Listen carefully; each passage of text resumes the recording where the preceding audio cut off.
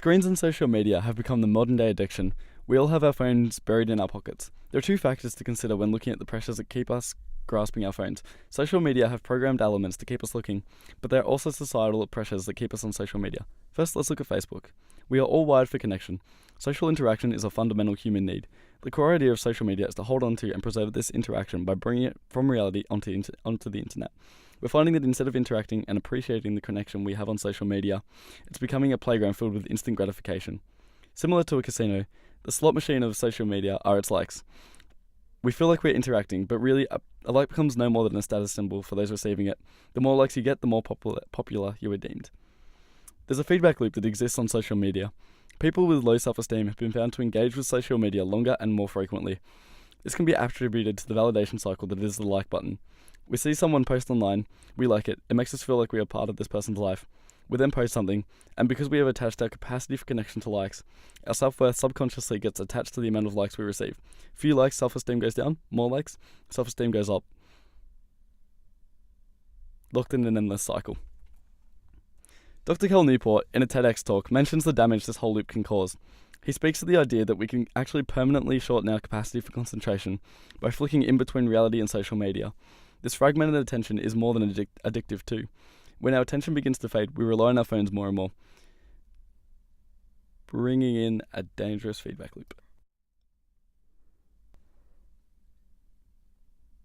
There are 1.5 billion YouTube users in the world, which is more than the number of households that own televisions. What they watch is shaped by many algorithms. The YouTube algorithm is a computerized system that determines which videos people see when they are on the set. Like the algorithms developed by other social media sites, like Facebook and Instagram, it's all about showing users what they want, or at least the algorithm thinks they want, based on what they'll type. Now I will talk about the first algorithm, which is search and discovery. The algorithm is basically a real-time feedback loop, which means the YouTube puts the right video to the right viewer at right time. For each viewer, the YouTube looks like things like what the person has watched in the past, how much time they spend to watch and they do not like to watch. Based on this, algorithm has two simple goals. The first one is to help each viewer find the videos they want to watch. The second one is to get viewers to keep watch more of what they like.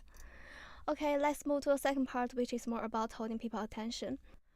For this algorithm, which means that YouTube schemes and ranks billions of videos to identify 20 up-next clips that are both relevant to a previously video and most likely satisfactorily speaking to keep a person hooked on their screen.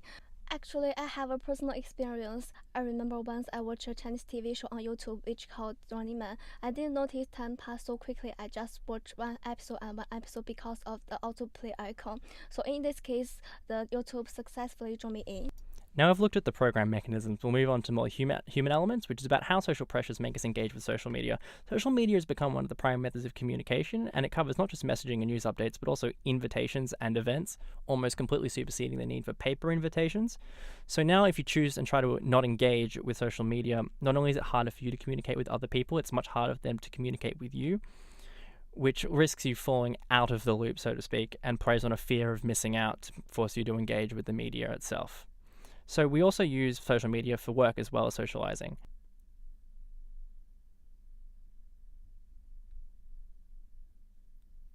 Now that we have access to instant messaging, it has become an assumption that because we can be contacted, we should be available at all times. So for uni students like us, many of us will have an assignment group chat or an equivalent, but this does continue further into the workplace. So this allows work to follow us home and stray into the ever-dwindling concept of downtime.